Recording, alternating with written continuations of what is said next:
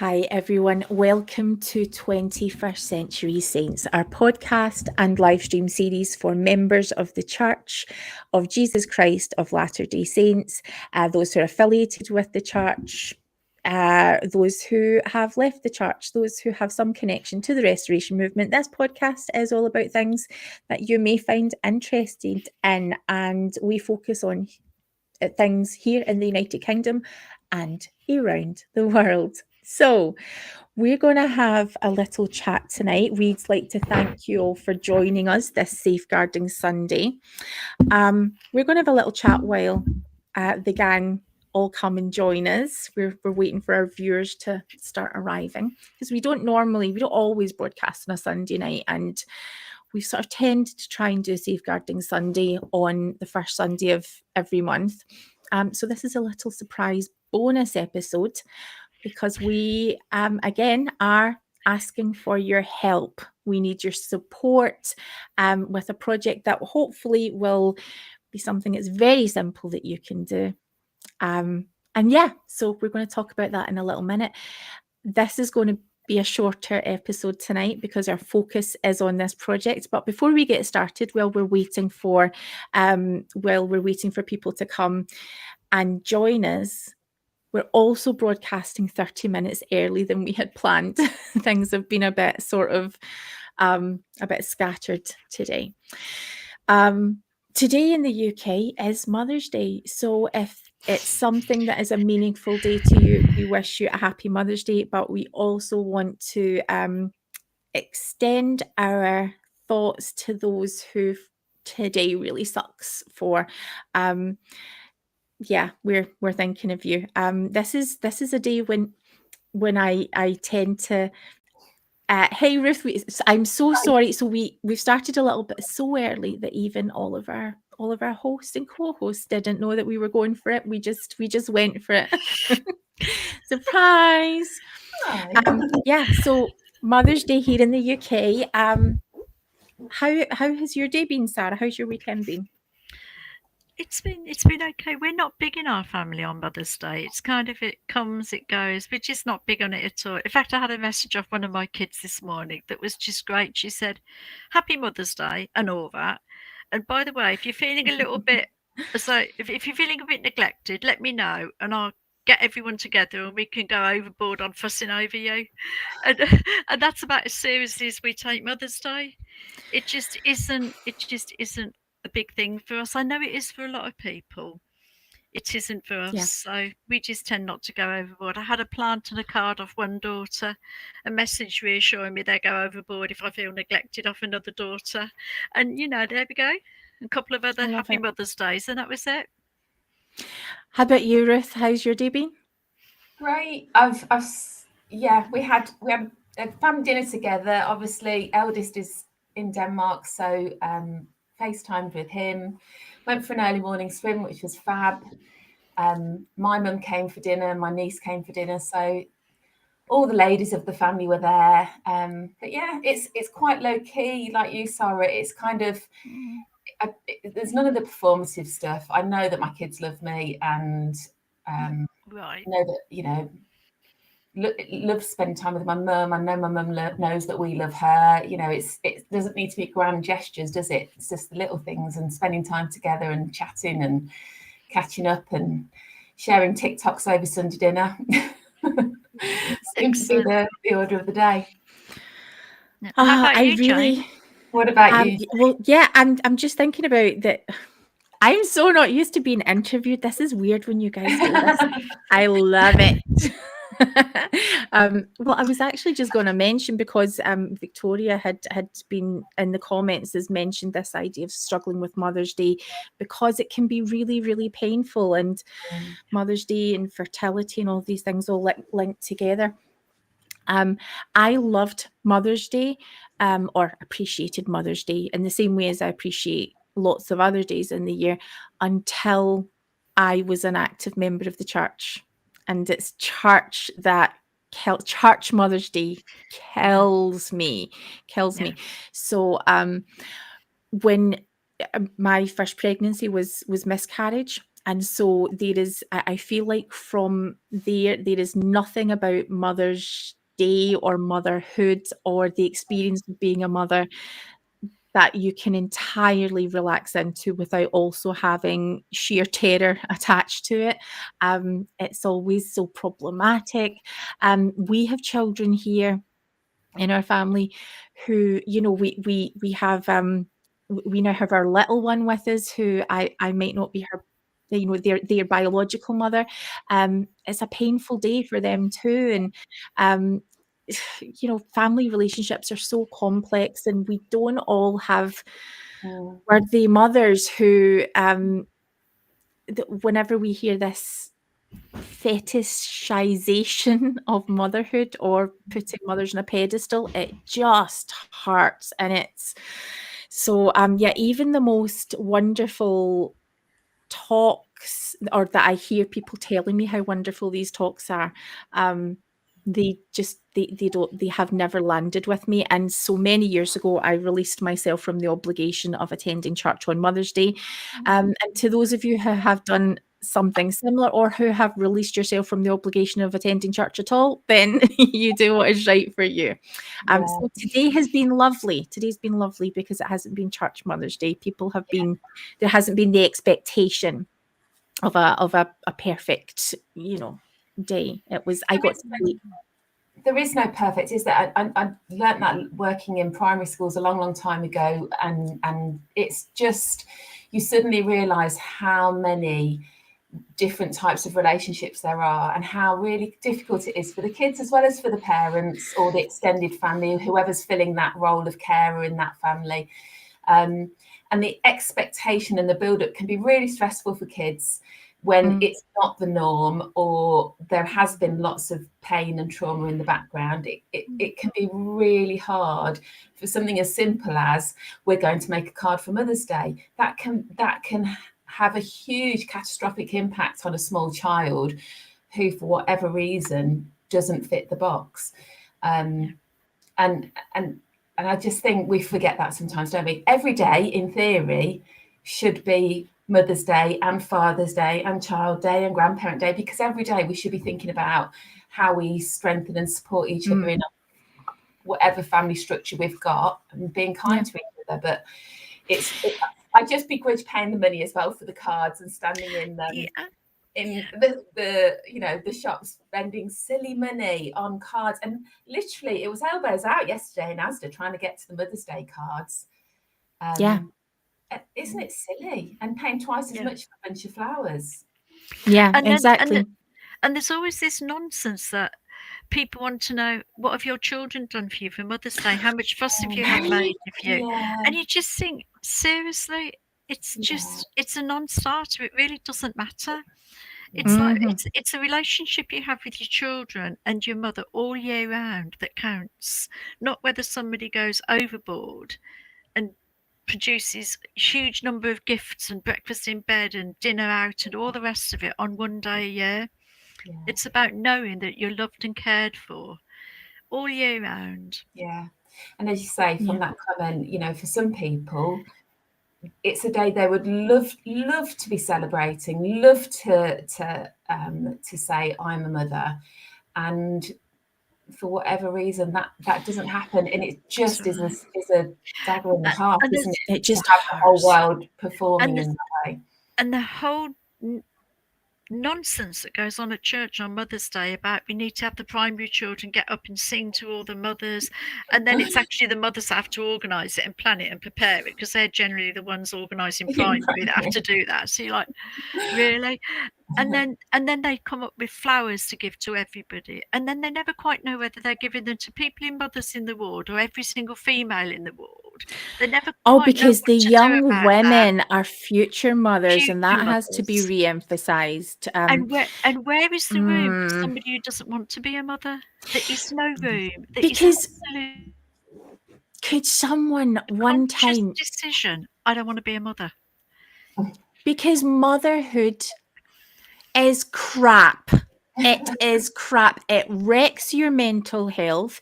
OCD loves motherhood because, oh my goodness, the mentally healthy, physically healthy person I would be were it not for motherhood.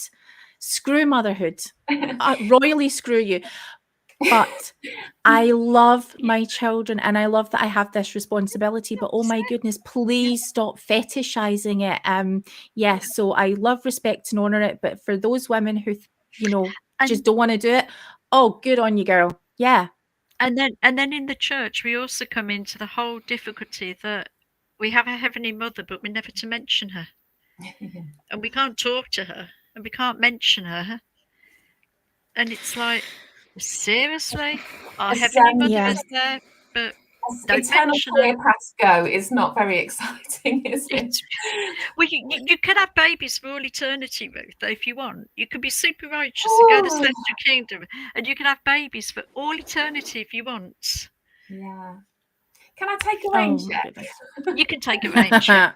I'm just taking An a eternal decisive one. no. I've just taken a decisive no on that one.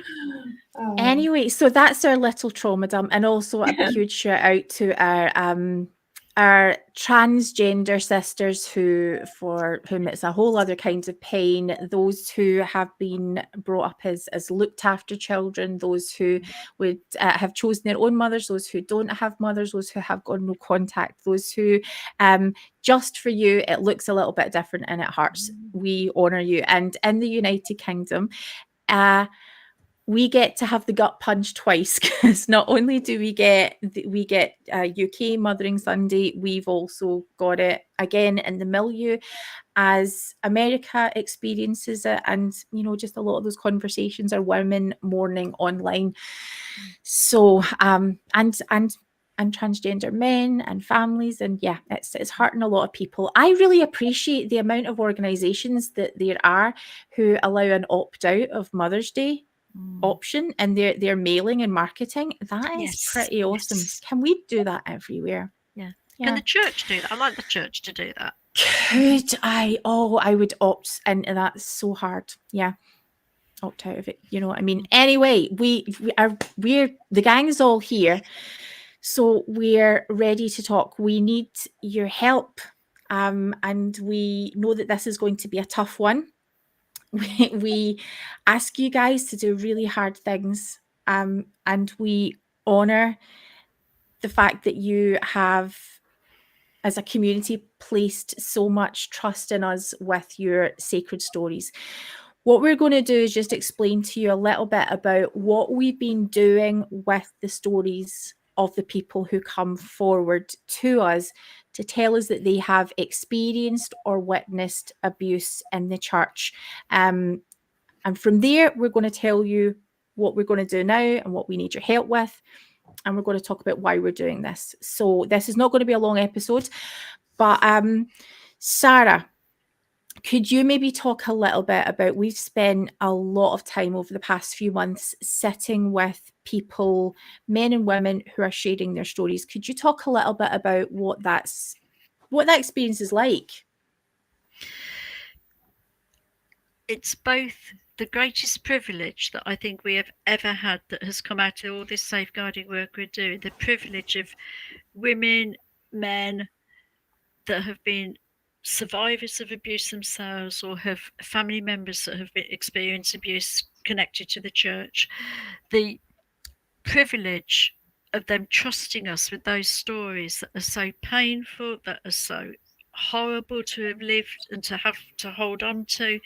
The fact that they would just share and trust us with that is the single greatest privilege that comes out of this work. Absolutely. Sarah every now and again has a little bit of a few problems with connectivity, so sometimes she drops out a little bit, so we'll just continue to chat while her Wi-Fi settles down a little bit. But Sarah has certainly done incredible work over the past few months sitting in this space with people. So what we've been doing is we had asked people to just start coming forward with their stories. Would you be willing to talk to us. And that happens generally. Someone would then reach out and say, yeah, we'd be quite happy to talk. We will send a couple of emails back and forth, and then we arrange a time just to have a conversation. Now we know that's a huge ask, and for most of the people who have contacted us, it's been the first time that they've ever spoken about their experiences. So it's big, and it's been something that we're really very, very aware of, that this is very big. This is a very big deal that you are speaking about something, so you're being so vulnerable about the subject potentially for the first time. The conversations are focused on you and what your needs were. People can choose to go into detail. People can choose not to go into detail, but instead to focus on what were the circumstances around it, how much support was there for you, what are some things that might have been helpful, all of those types of things. Sarah, just to pull you, and there's our Sarah back again.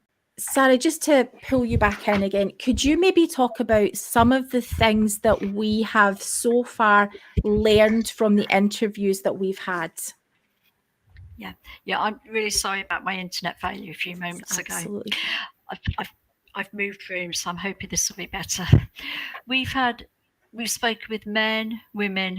We've spoken with people who've experienced the pain of their child having been abused. We've been able to talk with them. For some people, we've been able to put them into contact with a solicitor where they've wanted some legal advice on different things that are available to them. Some people, we've been able to connect them up with therapists and be able to put them in contact with who they can talk to, where they can find help and support. Overall, I would say that the greatest privilege, the greatest ministry that we've been able to do with all of this safeguarding work has been that where we've been able to provide some comfort, some support, and to just say, I believe you, and this was wrong, this should never have happened, but I believe you. What can we do to support you? And that has been really powerful, hasn't it? Some of the pain that we're witnessing and the pain that we're hearing.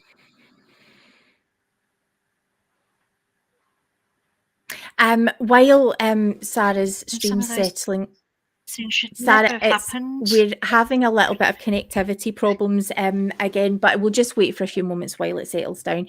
So there are two things I'd like to ask you, Sarah. First of all, maybe the first thing's more of a comment. Sarah's had a lot of training and expertise and has worked for a long time in this area. I've had different experiences. While I have had a background in counselling many years ago, this isn't something that we do to sort of offer therapy or counselling, or these interviews are really just discussions. And what I'm super aware of, because Sarah's more kind of the person who takes the lead in this, what I'm super aware of is that Sarah doesn't come at this with things that would put me off. So Sarah doesn't, you're not sort of like overly sympathetic with, I'm so sorry that happened to you, where someone's emotions, you're full of tears and the focus being on the pain. It can be quite traumatic listening to, sort of we've seen interviews, we've seen things online where people start to talk about pain, and before you know it, their story is overwhelmed by the experience of the person who's listening. So I guess what I'm trying to say is Sarah is a safe pair of hands to listen and to not, to not be advising or steering. And I just love how you handle those conversations. They're actually incredibly empowering. And like I say, one of the things that comes across very, very clearly is you are standing with someone in this space. You make it clear that you believe them, that this is a space that isn't, there's no judgment, and that you don't actually have any expectations. Which brings me to, with you not having expectations, what is it that you're looking to happen or to find out? What is it you really want to know? Why is it we're having these conversations in the first place? I think that there's different reasons for these conversations. The most important reason of all is so that women and men and anyone who has been hurt or has witnessed the hurt and the harm of somebody they love knows they're believed. They know that somebody cares about them, and they know that somebody is willing to try and offer support. And we're not saying that happened 20, 30 years ago, maybe you should be over it now. Or, well, maybe you just need to forgive and move on. We're actually saying this is not okay what has happened, and it is okay for you to have a huge range of feelings and emotions about this, and it is okay for you to have lots and lots of ongoing needs about that, and for us to be able to try and understand what somebody's needs are. Because for some people, there is a real need to be connected with therapeutic support.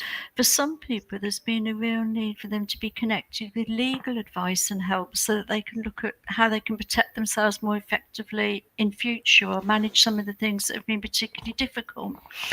For some people, and there have been some people that have actually wanted to be able to talk to a priesthood leader within the church and just listen, have them listen and hear their pain and validate it and acknowledge it.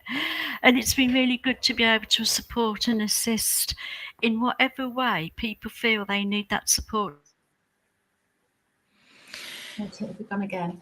So just again, while Sarah's signal settling down, and I'd like to pull you in a moment, Ruth, to kind of talk about what it is we're looking for. What is it? Why are we doing this? One of the things that I think is, again, it's talking about how Sarah tends to conduct these interviews, is that quite often it comes across to me like the person who's speaking to us, even when there's a current situation, often people just would like some information or validation, because you can very quickly feel like you're going crazy when people are telling you that things are normal and it's not, or that something's not being handled correctly, and you just need someone to be able to validate.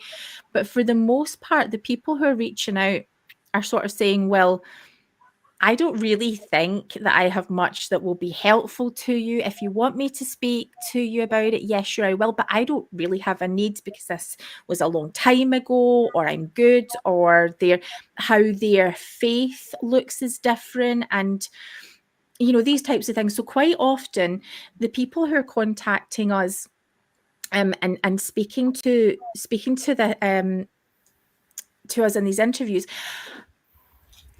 they're doing it often because we've asked a question, which is, will you talk to us?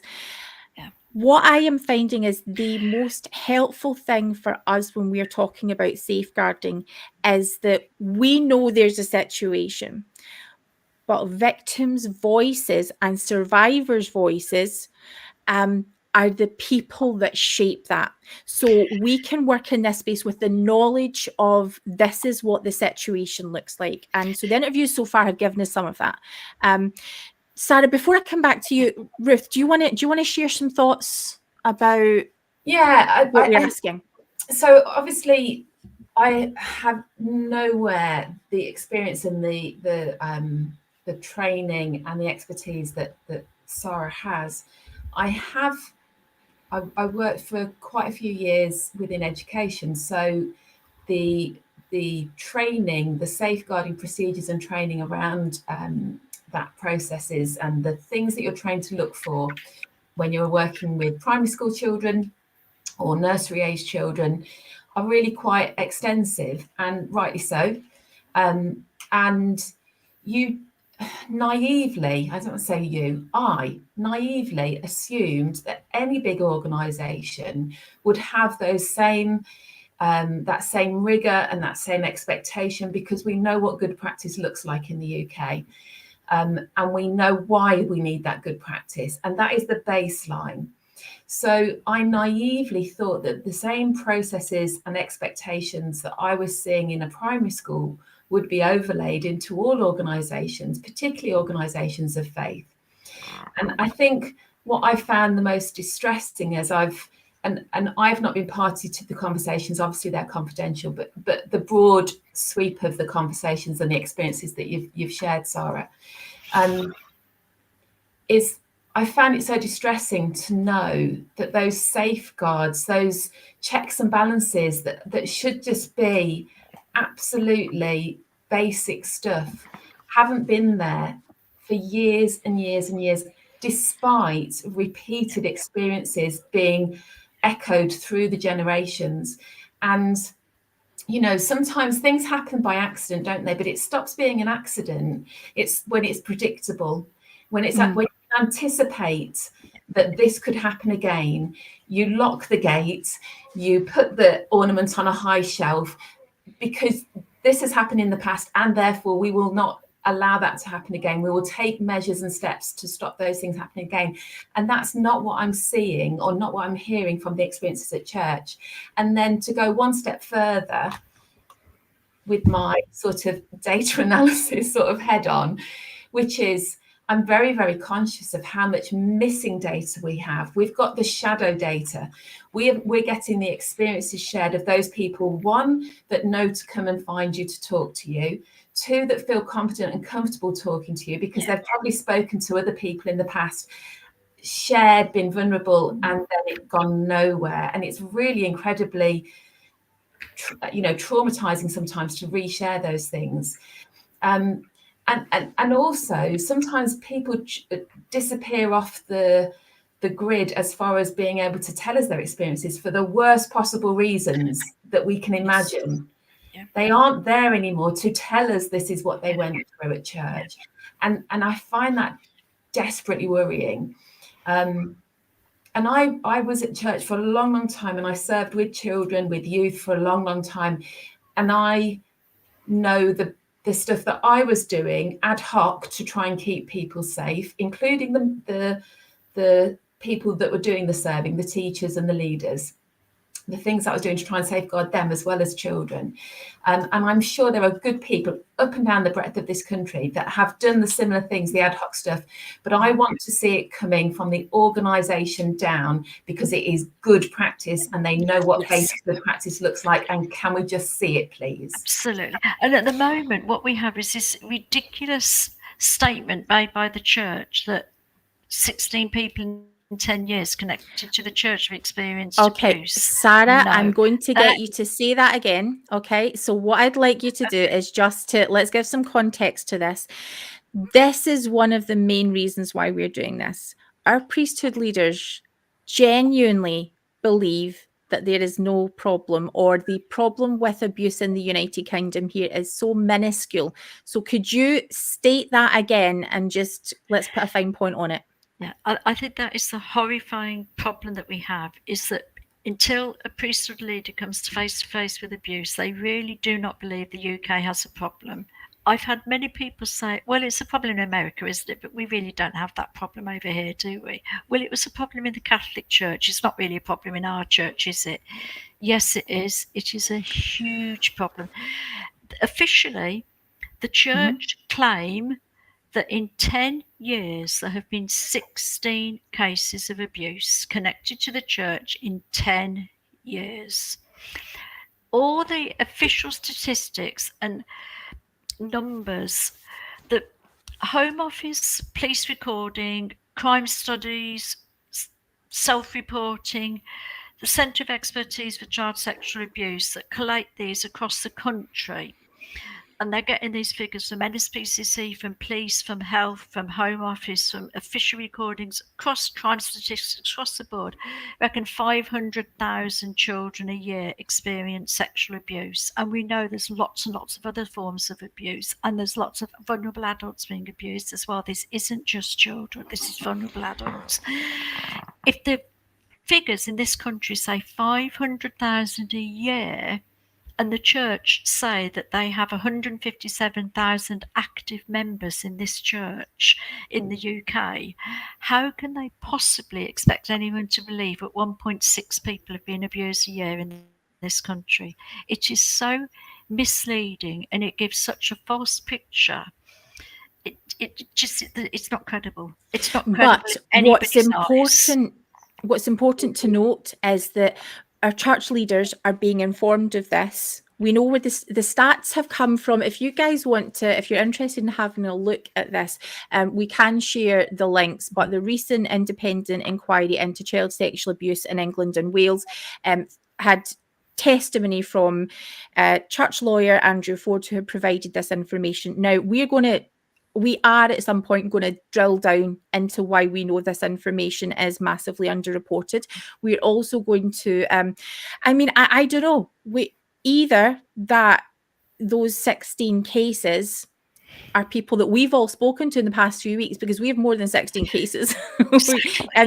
we know them all, or there is a problem with the system of reporting, or with how the church is providing those numbers. Now, we could have a quick discussion. We all know that this is the case. So we're going to save that for another episode. Here is what we would like to do now. What we're asking for, keep in mind, we are so thankful for the people who have come forward so far. We would like to help people feel safer in helping us to build that picture of what abuse looks like here in the UK, of what the scale and prevalence looks like. And also, the term abuse is possibly something that's at odds with the church's understanding of abuse, or the level that it has to be to count as abuse. If you have experienced abuse in any form, anything that you would term personally as abuse, if you have witnessed anything, or if you're just aware of a situation that has happened, then we are inviting you to confidentially, as always, we do not share the information, who we are speaking to. We're inviting you to fill in a survey. And we're inviting you to share that survey, which we have just shared in the comments. We're just posting it on Facebook, and before midnight tonight here in the UK, it will be across all of our social media channels and hopefully on our website. What we would like to do is to take you through the questions that we are looking to ask. Now, while I'm setting that up, Sarah, what's your hope? Do you want to let people know, maybe if they would have any concerns? What does someone need to know about the survey before they complete it? I think the most important thing to know about this survey is it's totally confidential. Even we will not know who has filled in a survey. The only way we will know is if you choose to add your email address or your name to it, because you are saying you specifically would like us to contact you. If you choose not to put that information on there, we will have no means of knowing who has completed the survey and who hasn't. One of the reasons why having voices, and somebody said to us the other day, very, very powerful statement. We were having a discussion with her, and she said that she really appreciated us being a vessel for people that were unable to share their own story, and that we were the vessel that could share their story. We also know that from some priesthood leaders that have spoken to us, they have done, in the words of a couple of them, a 360-degree turnaround about how they feel about safeguarding and abuse when they have spoken or heard a survivor talk about what this has been like for them. So I think it's very, very powerful. And I think the more we know about what is happening and where it's happening, the more we can actually look at the resources that people need to have available for them, and try and make sure that we're doing what we can to meet that need. So what we want to do is really emphasize the confidentiality, that with this survey, we do not get your email address, we do not get your name unless you choose to provide that information. We know nothing about where you are other than the information that you choose to provide. We recommend that if you need to take breaks, exercise self-care. Also, if we're aware that a survey tool to ask about abuse, it's a big ask. Filling in a survey is not a pleasant thing to do about this subject. It feels very impersonal, which is a good thing when it comes to confidentiality, but also you're talking about potentially some of the most private things that you have ever experienced. This is traumatic. So if you would prefer not to complete the survey and instead would prefer to contact us, we've got our email address where you can do that. And also you can contact us across all of our social media channels. Now, we give a little bit of context here to what abuse is. That we are hoping in our work to be able to talk about the kind of resources that are needed from the church, the kind of things that we would like to see happen as best practice. Again, re-emphasising confidentiality. We do ask for some simple background information about your age, about your gender, and about not only where did the abuse experience take place, but also where are you currently living, because obviously having served missions or with moving around, there's obviously going to be a bit more of a complex situation there sometimes. It's important that we ask that information. And if you want to provide anything more specific, like which ward and stake we're talking about, we would very much appreciate that information. However, please do not feel that you have to provide it. Sarah, you were just going to say something there, I believe, about problematic areas that we're already seeing. Well, I was going to say that one of the reasons, if anybody does feel that it is safe for them to do so and they're willing to share stake or wards, we are aware that sometimes abuse is happening in clusters. And for example, we know of one stake, an area of the church where we have had 4 different victims talk to us about experiences they had in that area while living in that area.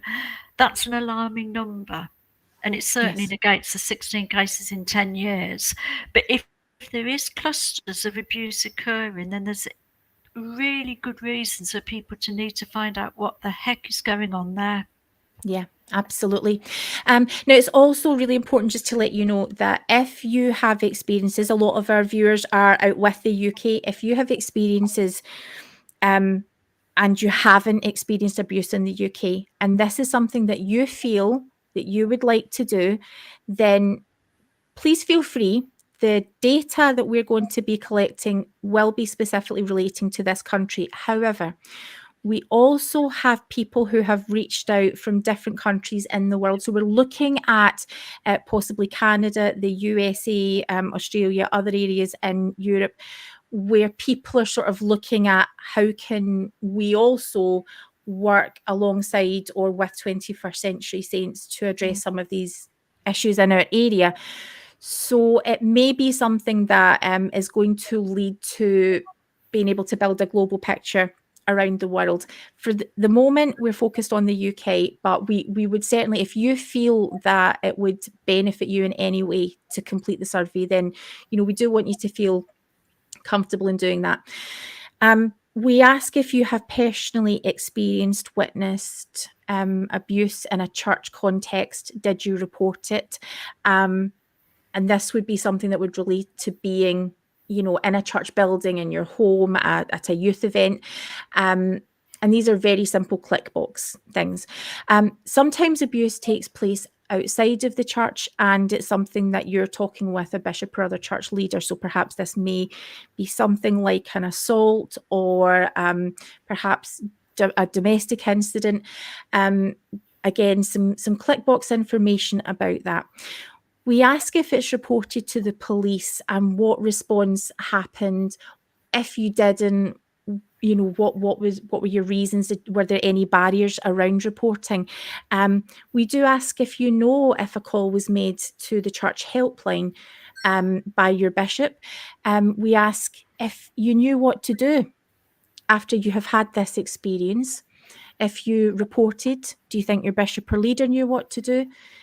Did you feel supported by your church leaders? Did you feel supported by your church community? Were you offered therapeutic services afterwards? If you reported, did you face any barriers? Was there anything you found helpful at church or outside of church in reporting or recovering from your experience? This is one that a lot of people contact us to speak to us about. Are you worried about safeguarding in your ward or stake? Do you have concerns about individuals or about how something is being handled? Are you aware of any person who's attending church whose behaviour is harmful or abusive? Or are you aware of any unmet safeguarding needs at church? Now, this last part is there anything you'd like to share with us about your experience? So you're in complete control about how much or how little you would like to provide. You may decide that you don't want to, give any detail at all about what your experience is. We ask a little bit of information about ethnicity and to find out if you're sort of part of a vulnerable group that makes these vulnerable groups abuses more likely to occur within these groups where you're more likely to have victim experience. So we capture a little bit of information about that if you're happy to provide it. Again, this is the really important thing.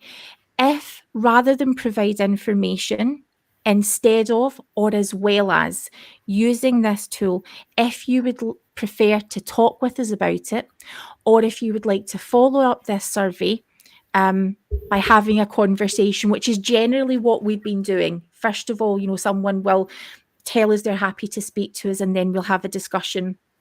We'll set up a time, and then we'll have a chat.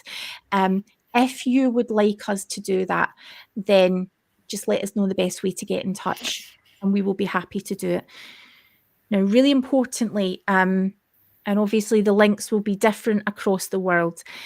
If you need advice and support, there are domestic abuse helplines, which we have links to online. We have links to across our website of a lot of different organisations. We also recommend if you need advice and support, you can talk to a doctor, health visitor, midwife. Men can call Mankind, which is a great organisation. If you're in the LGBTQ plus community, you can call Gallup. If there is an emergency, if there is a current threat to someone's safety, then please call 999. And if it's not an urgent case and it's not an emergency, you can call 101. So that's all of the information that we give you the opportunity to provide. We only ask for geography demographics and age demographics. The rest of it is completely up to you if you decide to share that or not. We need you to, if you're willing, to think about completing the survey. Again, we're the only people who will be able to see what's been recorded. We don't get your name, your email address. We will never know unless you want to provide us with that information. Ruth, do you have any thoughts that you would like to share, or anything that someone who's considering whether they would like to complete or share the survey, do you have anything that you would like to share? So a couple of thoughts that popped into my mind is, one, if you're serving at church and you have concerns about somebody, feel free to express that through that survey, because you may well know of abuse, even though you don't necessarily know whether that has gone through the abuse process. So that would be good to capture as well. So there are ways to do that. What I wanted to share as well, I joined the church as a teenager, and I had a really happy time as a teenager in the church. And it is years and years and years later that I have come to understand that some of my friends who are no longer active at church were really unhappy and were going through some very, very awful things that are abusive situations, completely unbeknownst to me at the time. And it took them being adults and having gone through therapy and all sorts of very hard life situations before they felt comfortable enough to tell me or other friends of that time what they were actually experiencing. And that is a pattern that I've heard more than a handful of times, which I think does two things. One, tells me people have smiles on their faces, but can be experiencing abuse. And two, sometimes it takes a long time before you feel comfortable enough to share with even people that you're very close with the sorts of experiences you're going through. It's a very, very lonely time to be in a position where you're being abused. So If you have been abused and you're not ready to share that yet, that is absolutely fine. If you are ready to share that, and it was 20, 30 years ago, we still want to know about it, because we appreciate the fact that it sometimes takes that long before you're ready to share your experience. So whenever it happened, whatever stage you're at with it, we're here if you feel comfortable sharing. And if you're not ready yet, we completely understand that too. So, Sarah, I would like you to be able to maybe offer a comment on this. One of my concerns might be around the idea of, if someone is a member of the church who's currently experienced or has experienced abuse, are you just looking for some information to tear down the church? No. Or if you have left the church, are we just looking for some information that we're effectively just going to hand over to church leaders to say, here's what you need to fix, and then we can walk away and the job is done? Could you tell us a little bit about what barriers people might sort of face in that way to completing the survey? We've spoken to people that have had significant barriers put in their way of reporting abuse. For example, somebody who was told, I think you should let this go now. Let Heavenly Father deal with it in eternity. We don't need to worry about what happens to that abuser now. It makes people feel guilty reporting abuse, so there can be concerns about people feeling that they perhaps shouldn't say anything. I think your comment about the question about, are we gathering this information? And are we doing anything that we're doing in our safeguarding campaign in order to tear the church down? No, we're not. To be honest, the emotional energy, the time and the effort that we put into this is far, far, far more than we would be willing to put into anything if all we wanted to do was to destroy the church. It would be easier for us to just walk away and forget about it. We are trying to get the church to understand there is a serious problem, that the church can be a fabulous place to nurture, to grow, to develop, for children, for young people, for vulnerable people, for anybody. It can be a fabulous place, but it has to be a safe place. And we're not going to nurture testimonies if church itself is unsafe, whether it's unsafe because you're being bullied because of your sexuality, you're being sexually abused or physically harmed. Church cannot be a safe place if you're experiencing abuse. And we want to be able to give information to our leaders that will help them understand there is a genuine, serious problem, and that they have a responsibility to respond to that problem and to be creators of justice with God in making things right and in making things work. And that's the role they need to be taking. They need to be creators of justice to make things better than they are at the moment. So if we wanted to tear this church down, if we wanted to destroy this church, we would absolutely not be going about doing it the way we're doing it. We absolutely would not. We want to make the church a safer, happier place for the people that we love that are still involved in the church and are members of the church. We want it to be a happy, good place. So I want to just sort of speak to that as well, because as 21st Century Saints, we cover, just among the hosts, a lot of the religious spectrum. We have different beliefs, we have different engagement with church. So does our audience. It really reflects in our audience. We speak right across the Mormon spectrum, which is really unusual. As someone who is engaged in the church, who's engaged with the teachings of the church, nuanced or not, the church is important to me. If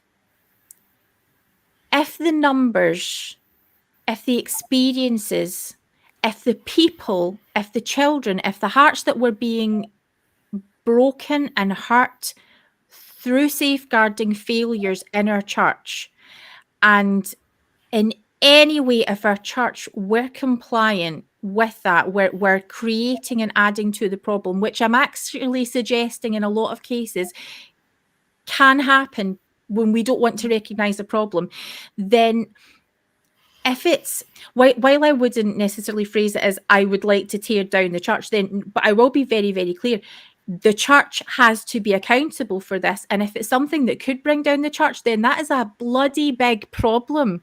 If safeguarding failures could tear down the church, then the church has got to fix that.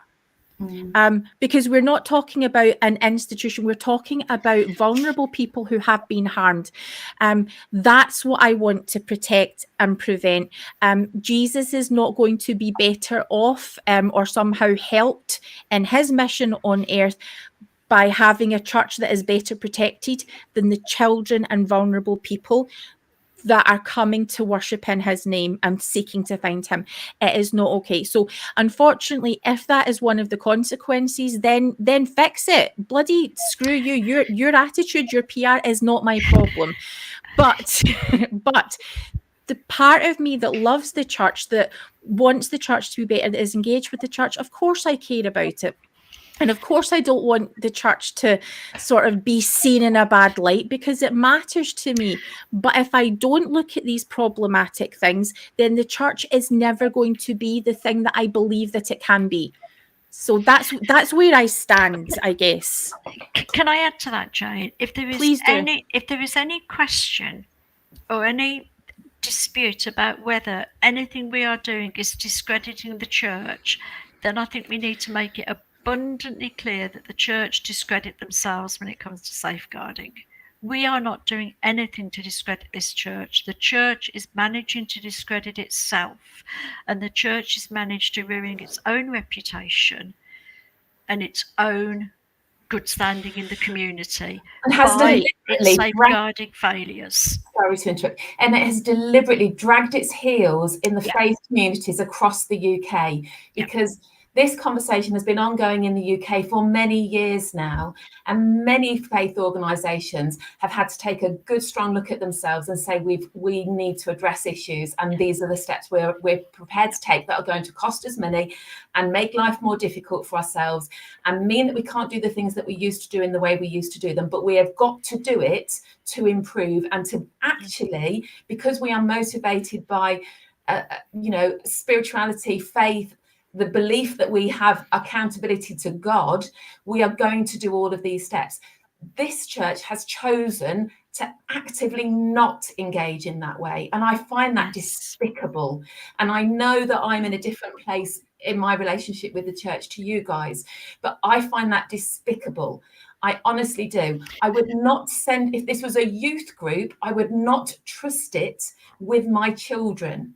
If this was a children's party organizer, if this was a sporting event facility, I would not trust it with my children. They don't take care of people in the simplest, most basic ways. And then when things are highlighted, the abused person is being encouraged to forgive and forget, and the abuser is going on to repeat the pattern of abuse, which is why we're seeing clusters again and again and again. So less than 2 people in a generation, in a decade, is not true. It's statistically impossible. Yeah. And it is a warped system that thinks that is okay, and that they can sell that to us as a credible number, and that we would swallow it and think that makes sense. It does not make sense in the populace of the UK. It does not make sense in an institution that has deliberately chosen to obfuscate when these sorts of abuse patterns have come forward. And we know that from people who have experienced this. Yeah. So I am prepared for if this brings the whole institution down, then it wasn't worth the time and effort that good people have put into it. It won't bring the institution down because it is made up of good people fundamentally. But the good people deserve to have an institution that is looking out for them and cares about them and knows how to support them when bad things happen. Ruth, Sarah, I absolutely love what you said then. Absolutely echo it. I love everything you said. I am actively engaged in this church. I go to church at least once or twice a month. I'm actively engaged. I will participate in things that are going on at church, but I do not think the church is a safe place for our children and our youth and our vulnerable adults. I would not allow a grandchild of mine to attend primary or youth activities in this church. I would not allow it unless I was to stay with them. And I think parents need to take a really hard look at whether they want to leave their child in primary and allow their child to go to youth nights if they are not physically present with their child until this church takes some responsibility for safeguarding. We are one of the very, very few faith communities in the UK that does not take safeguarding seriously. And it is a matter of absolute shame, the ungodly behaviour that this church has towards safeguarding. Sarah, But I'm going I to don't come want to- back in a second to ask about what, again, just some closing thoughts for what people who are completing or sharing the survey, and hopefully this, if any context is needed, share this video or introduce people, whatever we need to do to make it easier for you to complete the survey. This is one of the reasons why we are in this, whether you want to see it as being led by God, complete coincidence, magical thinking, or whether this is just, it's just what happened because people all came together. This is why we need Ruth. We need Ruth's voice. This is why we need Sarah's voice. This is why in the chat we have our Alana, who way back at the start, our OG 21st century saint who first started speaking about abuse. We have survivors, we have people who are engaged with church, we have people who've stepped away from church, all coming together at the same time to say we need to make changes. I absolutely believe, because I mean I can tell you it's a fact, because we know the people who've been approaching us. Church leaders have had these concerns for years. Members of the church have had these concerns for years. And it's not really happened. It's not really gone anywhere for whatever reason. Now, I'm going to put it down to maybe extra bureaucracy that hasn't had to happen, or the church's legal team. There's a lot of accountability to be held there, and we are going to drill down into what some of those problems are. But we are here in this moment because across the board, whether you're in church or out of the church, we're all here at the same time to say that this is not okay. And almost whatever happens next with the church is kind of not my problem, because we're thinking at the moment about how to make changes now and in the future. Also, though, if there's any where justice hasn't happened, the door is not closed on that. So it may be that a conversation leads to maybe talking about other things that are going to help you feel like the accountability has happened. We'll see. What we're asking you to do is to take a look at the survey. Whoever you are in the church, you will have witnessed bullying. You will have witnessed, because everybody knows, you will have witnessed different types of abuse that happen within the church. So please don't think that this is not serious enough, or your experience is not big enough for it to be relevant, because we're talking about all types of abuse. If you feel that you can complete our survey, we would be so honoured, and this work in safeguarding would be incredibly benefited by your voice. If it is right. If it's not right for you, then self-care. If you want us to maybe have a chat before you think about speaking about it, I mean, that's an option for you too.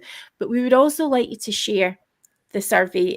We would like people to be made aware of it.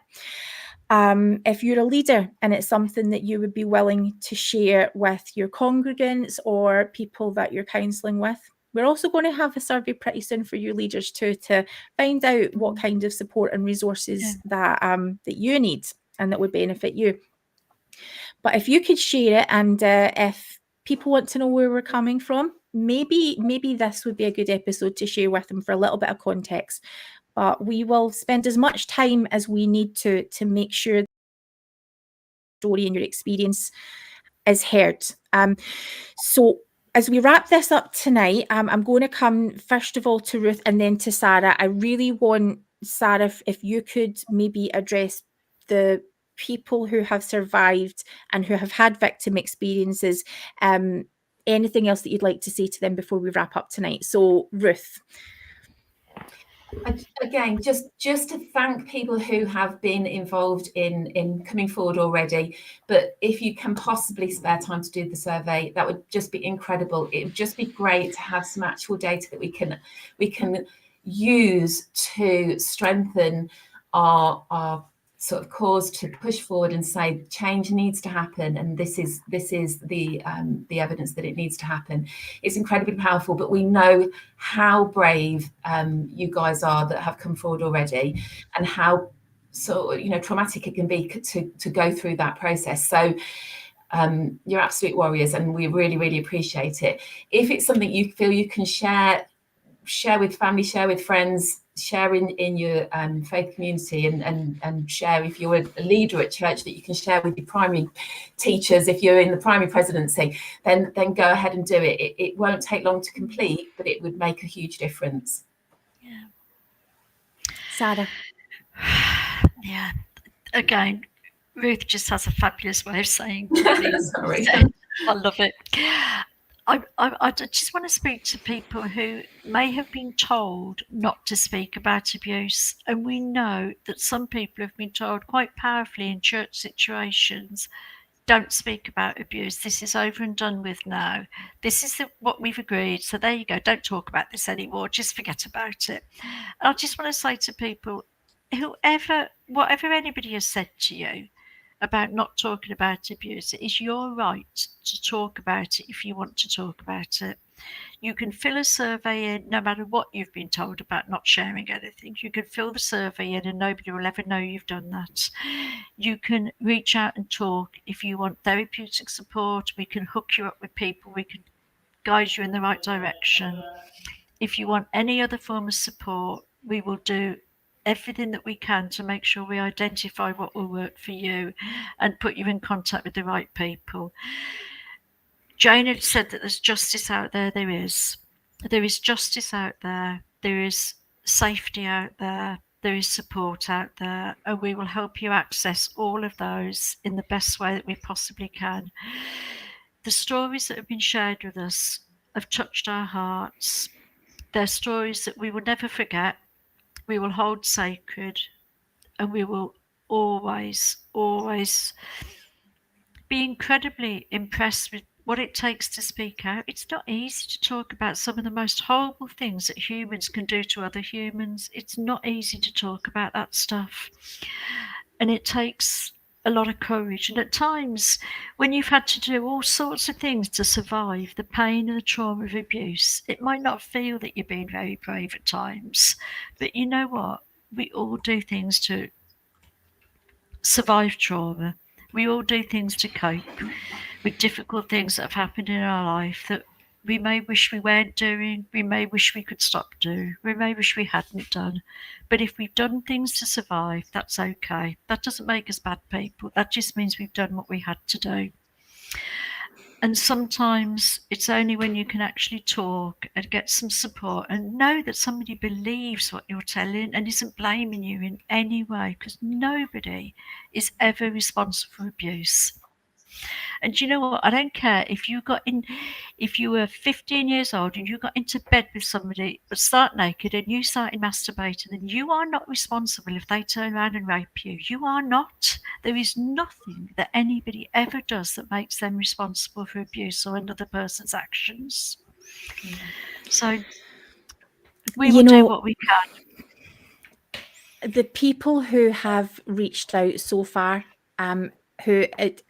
every one of them has said that, we don't, it's probably not that big a deal. I'm not really sure if my story would be helpful at all. Because of the people who have already reached out to us, we have been able to work towards justice for other people who have had experience, because you've witnessed something that you've been aware of and that is actually going to change their lives. we've also been able to, in real terms, and we can probably in a future episode provide even maybe some idea of figures and prevalence on this, but we've managed to keep children and families safe right now. Not one of you thought that your story would make a difference. Those of you who, the person who's already sent me an email, I'm aware that it's there. The people who are already going ahead and starting to have these conversations with us, so many of you have moved on, or are working so hard to move on.